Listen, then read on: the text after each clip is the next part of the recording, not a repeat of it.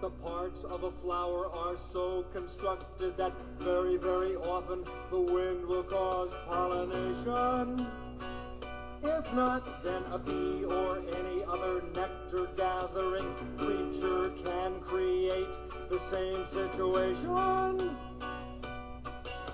Yes, anything that gets the pollen to the pistils right on the list. I'll try to make it crystal clear. A flower's insatiable passion turns its life into a circus of debauchery.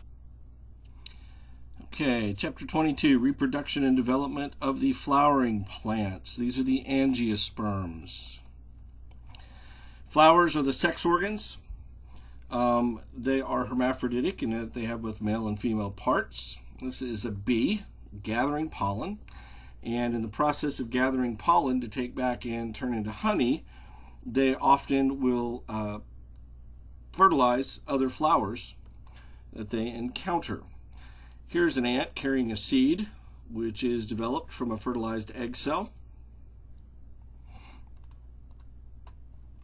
Most angiosperms reproduce sexually. Flowers and seeds are produced by angiosperms that sexually reproduce, yielding genetically unique offspring with traits derived from two parents. We talked about this. The big advantage to sexual reproduction is genetic diversity. Some species also reproduce asexually, forming new individuals through mitosis. These are spores, and so they just basically clone themselves. Asexual reproduction is advantageous when conditions are stable. Plants are well adapted to the surroundings. In a very stable environment, the best way to get the most offspring out there is through asexual reproduction. However, in an ever-changing environment, genetic diversity gives an advantage. We've talked about this in lab. This is basically alternation of generations. You have a sporophyte plant that gives off spores that grow into a plant that can give off gametophytes. The gametophytes are male and female plants, or a hermaphroditic plant that has both male and female parts. They will give off eggs and sperm, basically, or eggs and pollen, which when fertilized become a fertilized egg called the zygote, which will grow into the sporophyte. And so the sporophyte plant reproduces asexually and produces lots and lots of copies of itself, whereas the gametophyte helps increase genetic diversity through recombination of genetic material between different plants or organisms.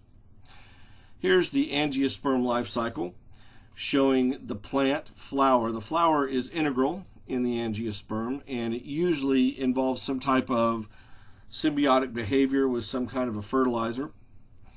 Basically what happens when the egg or ovary, the ovary produces an egg, the ovule gets fertilized by pollen. It will turn into a nut or a fruit or something like that and grow into the sporophyte. Okay, the sporophyte gives off spores that grow into these flowering plants.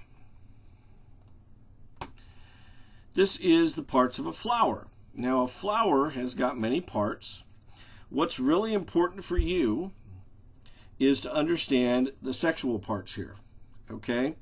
The carpel is basically all the female parts. The stamen is the male. The stamen is made up of the filament, that's this little structure right here, and the anther on top. The anther produces all of the pollen.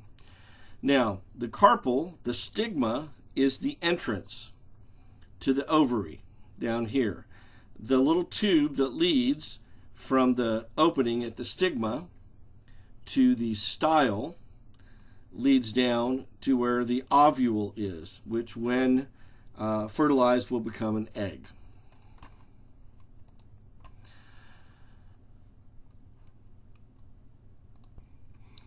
Okay, some flowers will release pollen into the wind. I'm sure you're familiar with some of these events. That's when you find like coatings of dust all over everything. And if you are one of the unfortunate people that have allergies, high amounts of pollen entering the wind can stimulate certain allergic reactions. Flowers attract animal pollinators. This is called symbiotic relationships. Basically, these animals are attracted to the flower for food and energy. For instance, nectar is produced. Nectar is a very, very high energy sugar compound that things like hummingbirds and insects and even bats will lap up using for food.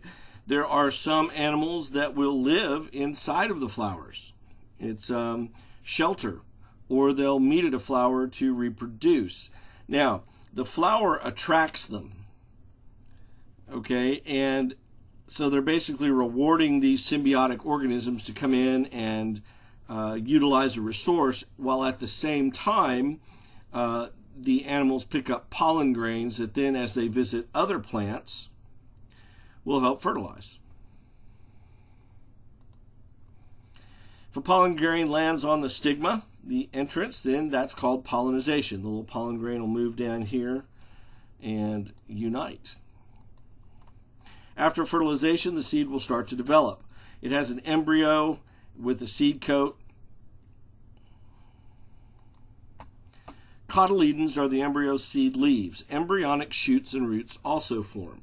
So what you'll have is one or two seed leaves coming off of a developing embryo. And that's how we determine monocots versus dicots.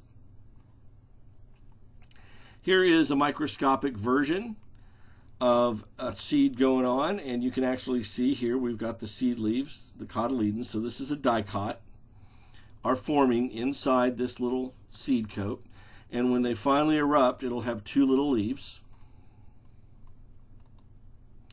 right? Seed coat's an outer layer. It's very tough, protects the embryo from damage, dehydration, and predators. In some cases, these are surrounded by fruits or something along that line that provides food, and an animal will eat the fruit, and this seed coat keeps it from being digested, so then the animal goes someplace else, and when the animal defecates, the seed-coated embryo here comes out amidst the various forms of metabolic waste, and will then grow from there. It's a good way of dispersion and expanding your species range. Okay, here's an example of a cherry. You eat the cherry, and then when it defecates, it spreads the cherries. Now, here's a developing seed, releases hormones that trigger fruit formation. The ovary swells.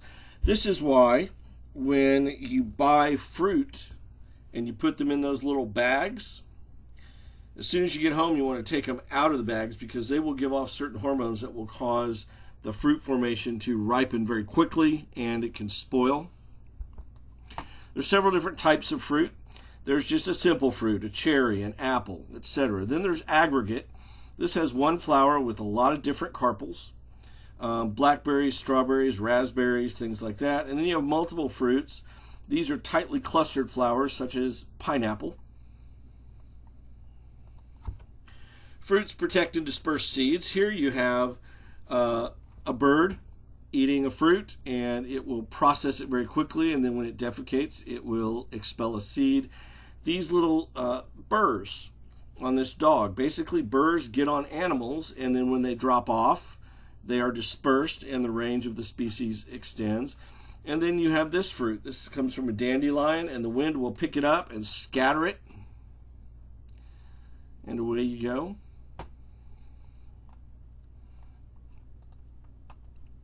Germination. For the seed to develop, it has to undergo germination. This is resumption of growth and development after a period of dormancy. It requires water, oxygen, and a favorable temperature. Plant growth begins with seed germination. Monocots and dicots, both two different groups, have slightly different development patterns. In monocots, here you planted your seed, and your fibrous root system starts spreading out, and the plant slowly grows. There's your shoots. In dicots, or eudicots, they're synonyms. You get the taproot with branches of lateral roots in there, and the plant begins to develop. Hormones can regulate this process. And these are chemicals that travel between cells and regulate many aspects of the plant growth. There was a movie done by M. Night Shyamalan called The Happening, in which plants decided to attack, they basically adapted to attack humans by releasing hormones that caused humans to become suicidal or extremely violent. Light is a very powerful influence on plant life. You got to get enough light. And if the light is too far from the baby plants, or it's not bright enough, the baby plants will grow really, really long stems trying to get leaves up close enough to the light to undergo photosynthesis. Phototropism is the plant's tendency to grow towards or away from light. So basically, if you have a light to the side, all the plants will grow towards it. Red hot chili peppers. Why would natural selection favor spicy chili peppers when one of the main functions of fruits is seed dispersal? I mean, there's a lot of animals are not going to eat these peppers because of the capsaicin. Capsaicin is the chemical in peppers that make them very spicy and hot. Well, mammals, but not birds, avoid spicy chemicals in the chili peppers. Birds don't have the taste buds, which are called nociceptors, Nociceptors, nociceptors, that detect capsaicin. So they can eat these with no repercussions. They're not affected by the spiciness. Okay. And chili seeds eaten by mice and pack rats tend to be destroyed as they go through the GI tract. And so these don't want to have the seeds destroyed. Hence, they have this hot capsaicin that keeps these animals from eating it. However, the seeds eaten by the seeds eaten by birds just pass through intact, and a bird is a great way to spread your species. Natural selection favors adaptations that deter seed destroyers, but there are benefits to dispersers. And birds are some of the best dispersers. That wraps up chapter 22. Thanks for watching.